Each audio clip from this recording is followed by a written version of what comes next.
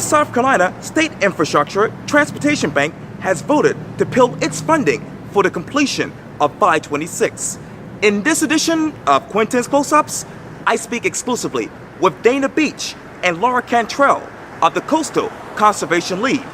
And be sure to download the free Quintin's Close-Ups app in your Apple or Google Play stores. Well, it's so good to see you all. And it's good to meet you. It's so nice to meet you, you. yeah. And I've been looking forward to the opportunity. Yeah, same here. Yeah. And Dana, it's always good seeing you all. Thank you, Quintin. Always good to talk to you. Yes, sir. I brought you guys together because there's such a developing news going on right now. Obviously, let me take you to Cantral2.com. The State Infrastructure Bank dissolves contract to fund I-526 completion project. The bank board chairman, John White, basically says it's a funding issue and that the Charleston County Council have not brought any ideas about how they're going to get this money. Meanwhile, the Charleston County Council is basically saying it's a contract issue and that they actually sent a proposal to the bank. What is the issue right now? I will just be the interrupter here. I apologize and start by just saying I think this is an opportunity. I saw Council Member Honeycutt's interview, I guess, this morning. Honeycutt. And I agree with her. I think it's an opportunity for us to step back from the debate about whether it's a contract and is it a contract, three-party contract and all that sort of stuff, and just basically ask the question, where are we now 10 years later? Right. After approving this thing in 2007 and then having a promise of potential future funds in 2012, and still now a decade later, not adequate funding to build it, but much greater needs for infrastructure investment than we had back then. So the world has changed, and I think acknowledging that change is a really important thing for us to do in this county. Right. And I was reflecting on this a little bit earlier today, and I was thinking about coming to Charleston as the newcomer that I am and taking on the role here at the Coastal Conservation League. And this issue, which has been a marquee issue for all these years, and I was having the sensation of it's a little Dickensian, like A Christmas Carol. You got the ghost of Christmas past and Christmas present and Christmas future. And I'm excited to be looking at the future and stepping away from the fights that have been going on, and Dana knows very well all of that history. And I am under the impression that you wanted to hear some about that history and then what does that mean for how we move forward. Well, it's almost like some stars have aligned that I got here at a time when we're able to perhaps make a pivot and step away from some of those long-standing arguments and focus on the future and talk about what this community really needs and how to address those priorities.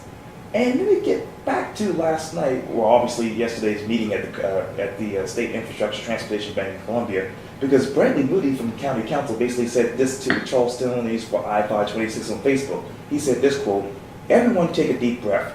While the county is disappointed in the SIP's vote to unilaterally terminate the 2007 IGA to complete 526, the positive is that there is some finality to the delay of the project." Dana, can you talk to me more about this 2007 IGA? Well, in 2007, the State Infrastructure Bank, which had been created, as many people know, to build the Ravenel Bridge. That was the first project it was used on, and the concept was pretty simple one, which was to bond funding for projects that were too expensive to pay for right away and that local governments didn't have enough money to pay for, but that were of statewide significance. And that clearly was, at the time, you think about it, the two old rickety bridges that were really scary. Yes. But as someone said, I think Woody Idlett maybe, there's going across the old bridge is scary, but it's still fun. Well, it got to the point where it really wasn't much It's fun anymore. Scary and scary. Scary, right. Yeah. So they pulled the money together and through a number of sources of revenue. And there's gas tax, there's a power charge, there are a couple of other sources of revenue. But the bottom line is that this gave the bank the ability to bond funding, bond money and pay up front, and then have a stream of income pay the debt off, just like we take a mortgage out. So anyway, in 2007, the SIB approved a $420 million commitment to the county on the grounds that they'd already spent some money on other state roads, and that constituted in their mind the match that was required, or at least that the SIB traditionally asked for. So that percolated along for a while, and the project became more expensive. It was probably more expensive then even, but we didn't know it. But it became obvious how much more expensive it was. And the county didn't want to undertake a project that they would have to put a lot of local tax money in. So they didn't move forward with it. And then eventually Bobby Harrell suggested that the SIB in 2012, make a commitment of future funds, which is different because I think it's important to know that second commitment was really not of money that existed, but that at the time, or even exists now, but that will exist once bonds are paid off in the middle of the next decade. I mean, it's really that far away. And subsequently, changes to the legislation, transportation bill had actually very specifically prohibited new funds that came in when the gas tax was increased from being used for this project and others that were approved in advance. So that's supposed to pave the roads and fill potholes. So everybody in the legislature agreed that we wouldn't get into a fight about new projects because we had such a huge backlog of maintenance. And as Laura noted in the paper about 2 weeks ago, that cable break on the existing Mark Clark is really a symptom of a much bigger problem. It wasn't just one cable, it was a decaying system statewide, but especially in Charleston. So anyway, I'm rambling, but basically to say that the $420 million was probably never enough, and it was quickly acknowledged not to be enough. And the contract basically was for that amount of money. And I think when Council Member Honeycutt says she believes that the SIB should amend the contract, I think what she means by that is that she wants the SIB to move forward and make the money available that they had promised, and then at some point it sounded to me like in the future they would, with that promise, perhaps be able to bond more money locally. But I think the reality is now, again, we face such enormous challenges in this region, whether it's the Church Creek flooding, the battery, the breaking cables on 526, needs that have to do with I-26, that the world's changed. And we've got an opportunity to go to the SIB and say, look, we need to sort of win a few friends back from the SIB board members, but say we want to spend it on things that are really more important to us today. That goes back to a couple of interviews that I've done with you, where you said, hey, let's focus on these other projects, the flyover, this and that. Can they go back to the SIB and say, hey, can we use the money for these projects and then come back to 526? They can do that, and under the earlier director, earlier board chair, Vince Graham, right, they were invited to do that and to come up with a new package of projects that could be funded. And the SIB has broad latitude to do whatever it wants to do, and I think we just need to make a good case, and we can, that Right. Charleston has priority projects that are important not just to this county, but also to to the whole state, and it's in terms of movement of freight from the port, which is a Right. problem with that existing bridge. That wasn't just a matter of getting from Mount Pleasant to North Charleston, it was getting containers from the Wando terminal up to Greenville, up to Right. BMW, up to Michelin. Yeah, so this is, again, I'm repeating myself a little bit too, but it feels like an opportunity to take a step back and work with our community leaders and groups from across the community. I mean, I know that there are projects that have been identified, that we have a list. And Dana's right, that the world has changed, so now we need to go back to that list and go back to the SIB and talk about what the priority needs are. They spent a whole day yesterday talking about focusing on priorities and aligning their priorities with the DOT priorities. I mean, so my point is, they have indicated a real desire to be focusing on priorities. So it seems to me that we have an opportunity to shift the focus on some of these priority needs, just like the ones that Dana has outlined. And I know that, Bradley Moody went on to say this on Facebook. He said this quote, Sandy said hit it on the head. The governor needs to fix this, unquote. And from one of the folks I talked to on county council, they basically said, hey, if McMaster were to be won the primary, that is, which he did last night, he needs to at least remove 2 of those appointees. What do you say? Well, I think we like those appointees, but I think Chairman White and Mr. Duncan, who has been on the board for a long time and has a long history with this project, I did the right thing, and it wasn't easy. There's been a lot of political pressure brought to bear, but I think rather than figuring out how to move people in and out of offices, I think we need to, again, refocus on what our goals here should be. It's not a matter of strong-arming, I think, the SIB. I think it's a matter of coming up with a set of projects that they can help us build, and that we can build, because I think the main point with that 26 is we don't have the money. We don't have the money to build the whole thing. And further, even if we did have that much money, we have needs that we didn't have 10 years ago. Okay, they talked about the money, they talked about the contracts. Where is this money? Well, they've talked about using federal guide shares funding, but that's a very modest amount of money that comes into the state, and we get a very small amount of it. That's not even near the shortfall, and the shortfall would be between 420 and 725 million. It's about $300 million. So Right. and that's an old Right. estimate. And let me mention, I mentioned one thing that struck me. I mean, Laura and I, we've all been thinking about this.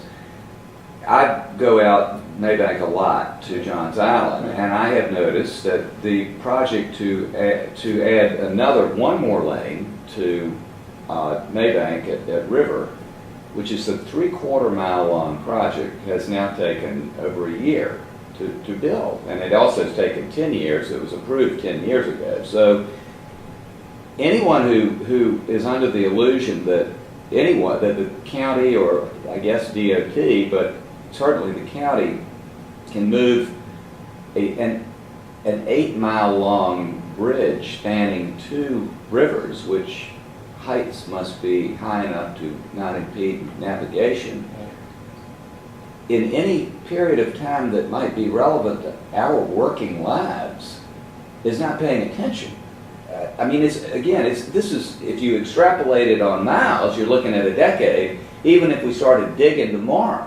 Right. So the reality of 526, again, is that, to your point and Laura's point, there are projects that can help us very quickly. And nothing can be done tomorrow, but things can be done in a couple of years, a year or 2 or 3. And this 526 is, it's simply not one of those projects. It's one that will take literally decades to move the first automobile. And so let's do things that we need to do right now. Let's deal with the existing system deficiencies, and then build a flyover and build a pitchfork and improve Main Road and do all of the things that need to be Bus, done. rapid transit, and looking at a comprehensive regional look at how we move people around in this region.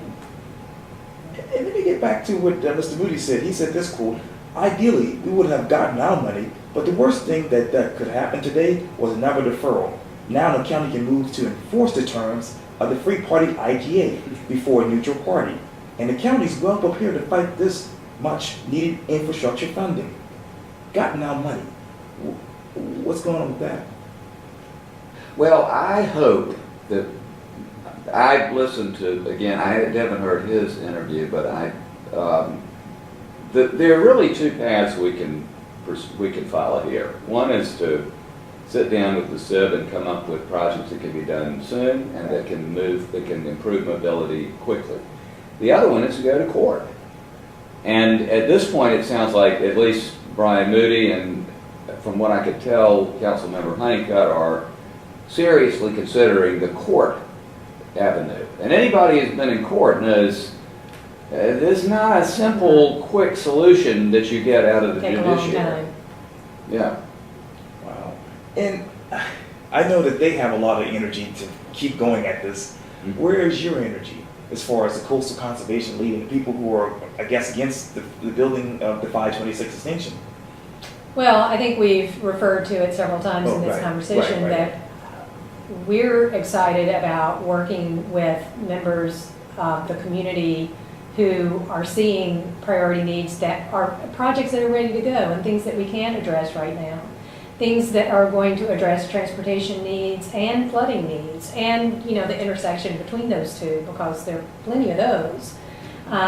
Addressing infrastructure needs for, failing, the bridge is, as Dana said, one example of where we aren't doing a good job of maintaining our existing infrastructure, not to say nothing of what we need to invest in to, add to that infrastructure.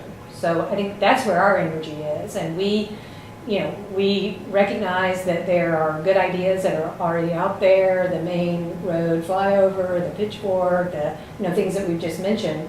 But let's have the dialogue with the CIV, with the county, with the city, with this region to talk about how to move out on some of those priorities. I think that's what we want to help And what is the state of, facilitate. and what is the state of public transportation right now in your mind? The state of public transportation, lacking. I think that there's a need to do a lot more of that. And I would like to see that be part of the package of what's being discussed.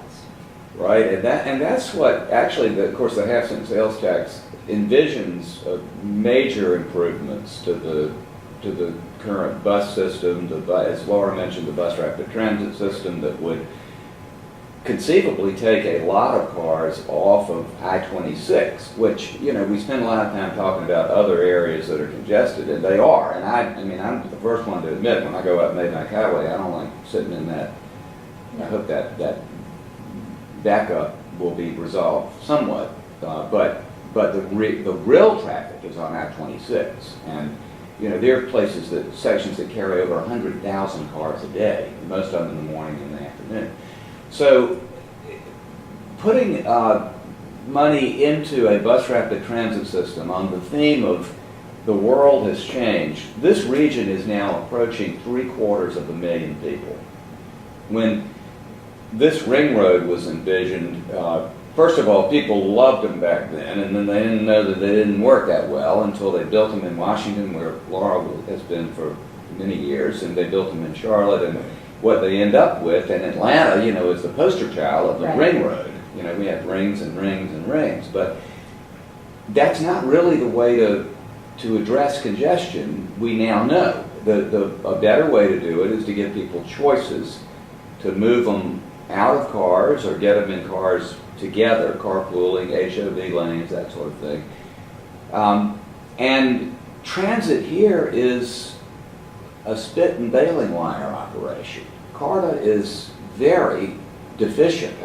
You can't predict when the buses will arrive, and I think Mike Seekins can probably give us current data on the arrival times and all that sort of thing in terms of how late they are or aren't. But bottom line is we don't have a bus system worthy of a metropolitan region of 750,000 people. And isn't it true that a lot of that growth that we're experiencing, what is it, like 40 people a day to the Tri-County area? That's the statistic that I hear, and the growth is happening everywhere, but the majority of it is up that corridor, right? Up toward Somerville, and if you were able to take some of the cars off of that road and ease that congestion, then wouldn't that be a wonderful thing?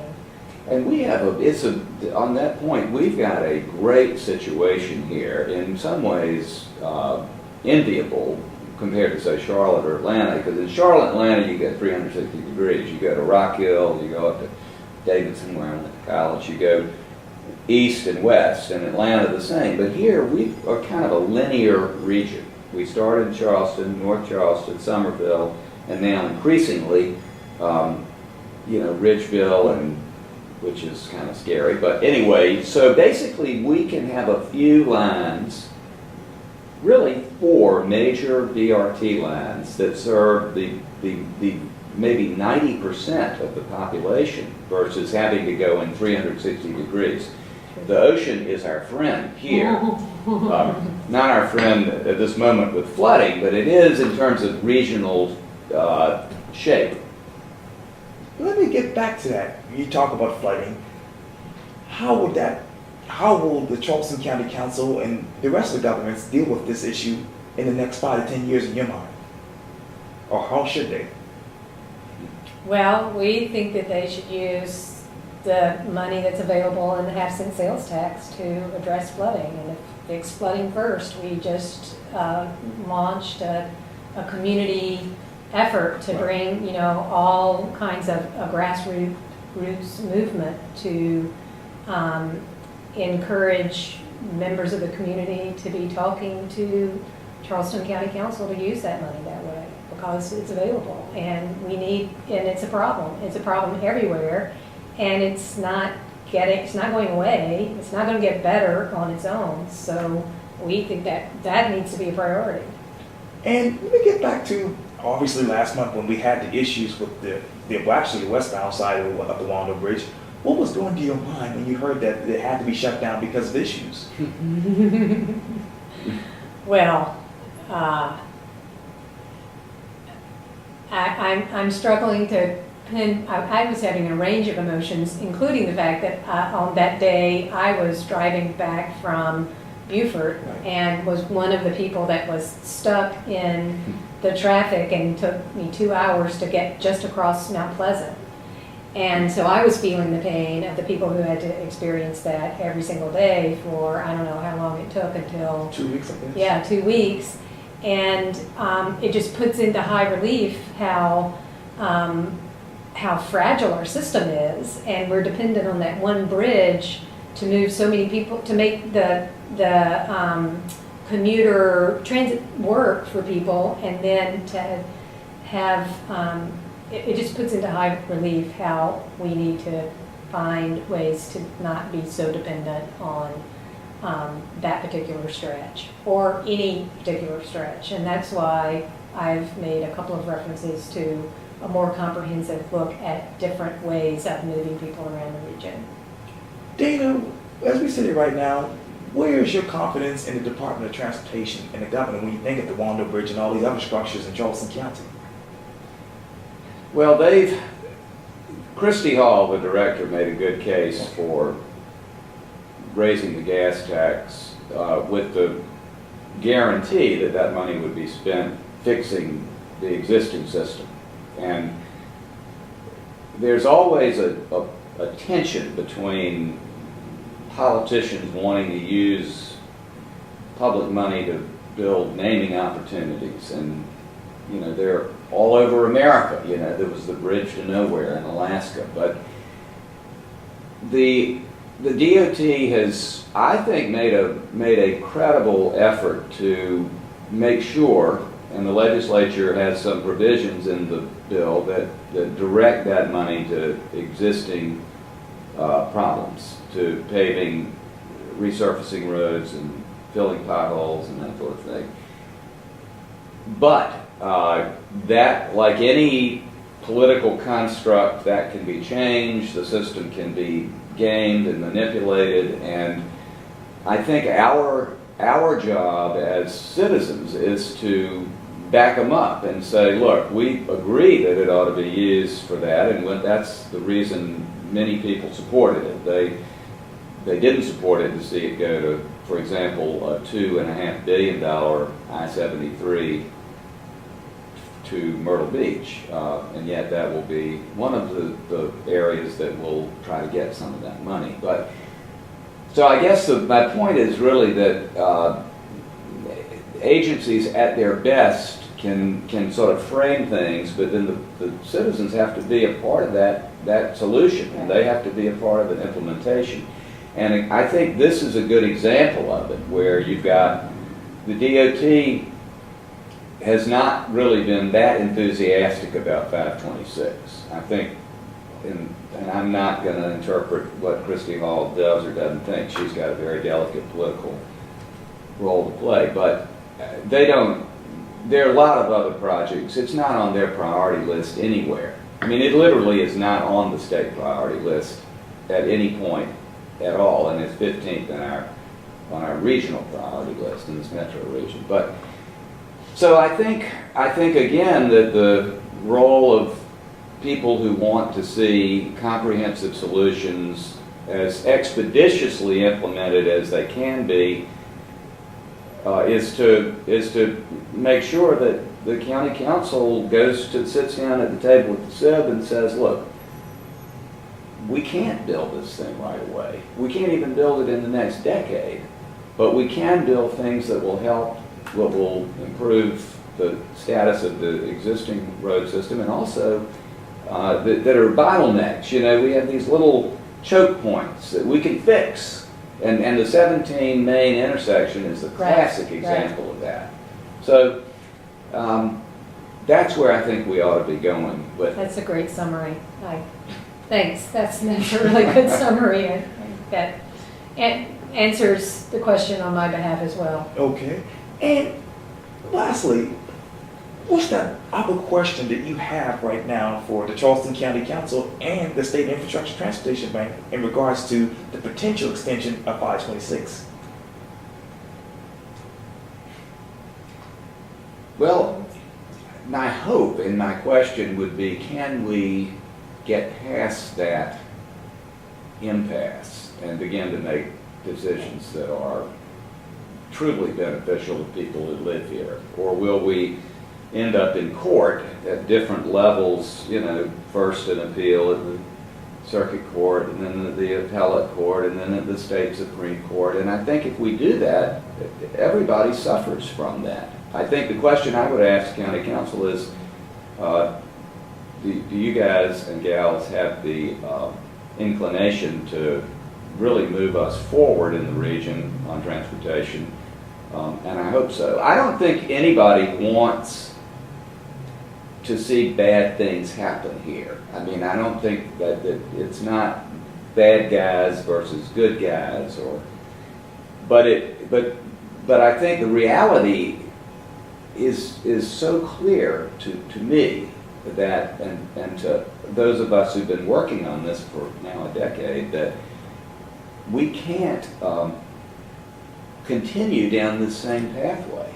Legal appeals, governor weighing in, changing SIB board members, lobbying new board members. What are the new board members going to think? If they change the new board members, are they going to be making decisions different than Chairman White made or Ernest Duncan? Who knows? Dragging it out year after year, is that a good idea for anybody? No, I don't think so. And so rather than sort of posturing on that point, I think we need to get down to the business of fixing things. What he said. Well, Dana Beach and Laura Cantral, thank you so much for your time. I really appreciate this.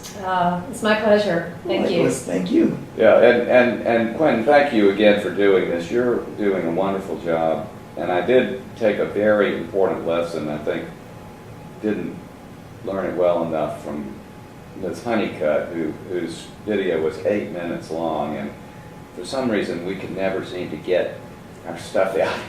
It's better to be succinct, is the lesson here. It makes it easier for me to edit. We'll work on that. No worries.